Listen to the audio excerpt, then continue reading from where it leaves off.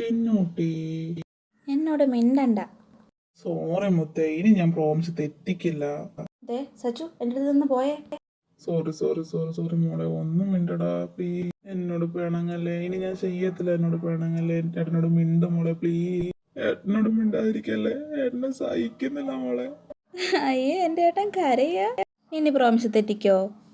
ഇല്ലടാ, ഏട്ടൻ പ്രോമിസ് തെറ്റിക്കില്ല. എന്നാ ഓക്കെ. பொறக்கனோ உனக்காக நான் இருக்கணும் எப்போதுமே, உன் கூடவே பொறக்கணும், உன் கூடவே பொறக்கணும், தாய் போல நான் காக்கணும் எப்போதுமே. സൂര്യ സാർ ഇവിടെ നിൽക്കുകയായിരുന്നു. ആ റീന മിസ്, എന്താ എന്നെ തിരക്കിയ ഒരു വരവ്? സാറിനോട് എനിക്കൊരു സീരിയസ് ആയിട്ടൊരു കാര്യം പറയാനുണ്ട്. ഓക്കെ മിസ്, വരൂ എൻ്റെ കൂടെ. ഇനി മിസ്സിന് പറയാനുള്ളത് എന്താണെന്നെല്ലാം പറഞ്ഞോളൂ. അത് പിന്നെ സാർ, ചിലങ്കയുടെ മേലെ ഒരു പരാതിയുണ്ട്. എന്ത് പരാതി? അത് പിന്നെ സാർ, ചിലങ്ക എപ്പോഴും ക്ലാസ്സിലൊന്നും ശ്രദ്ധിക്കുന്നില്ല. തരുന്ന വർക്കൊന്നും അവൾ കംപ്ലീറ്റ് ചെയ്യുന്നില്ല. അത് മാത്രമല്ല, ചിലങ്കയും ആദം സാറും തമ്മിൽ ഇഷ്ടത്തിലാണ്. തീർന്നോ മിസ് പരാതി? മിസ് എൻ്റെ പെങ്ങളെ കുറിച്ച് എൻ്റെ അടുത്ത് പറയുമ്പോൾ കുറച്ചും കൂടെ കള്ളങ്ങൾ കൂട്ടി ചേർത്ത് വേണം പറയാൻ. ഇല്ല, കള്ളം പറയുന്നതല്ല. വേണമെങ്കിൽ സാർ കാവ്യ മിസ്സിനോട് ചോദിച്ചു നോക്ക്. എൻ്റെ പെങ്ങൾ ടീച്ചർമാർ തരുന്ന വർക്കെല്ലാം അടിപൊളിയായിട്ടാണ് അവൾ ചെയ്യുന്നത്.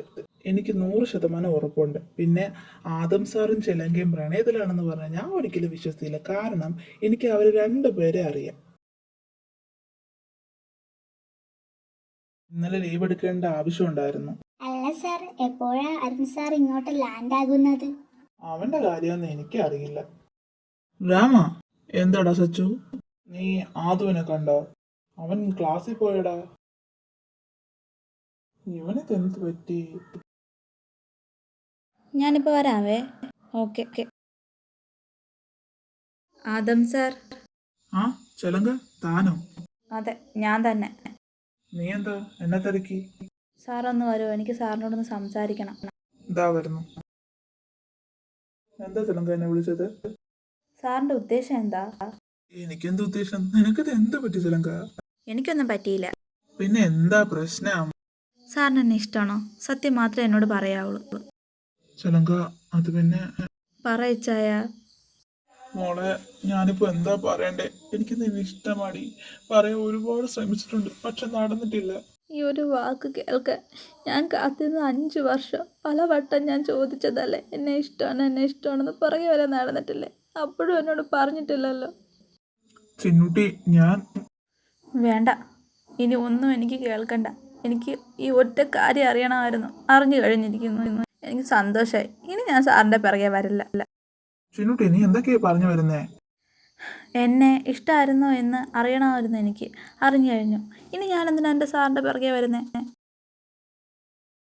ചിലങ്ക, നിൽക്ക്. ആദുട്ടാ. ആ സച്ചു, എന്താടാ? ചിന്നു എന്തിനാടാ കരഞ്ഞോണ്ട് പോകുന്നത്? അത് സച്ചു,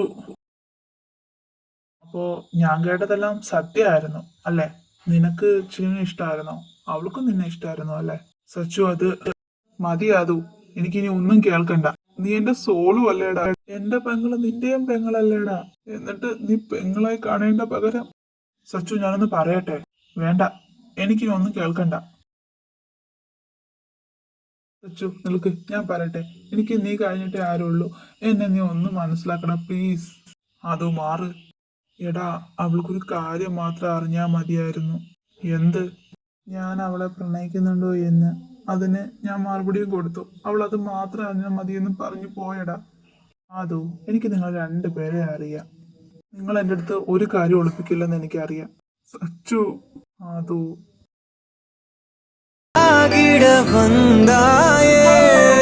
சண்டைகள் போடவும் பின் வந்து கூடவும் 1000 காரணம் தந்தாயே.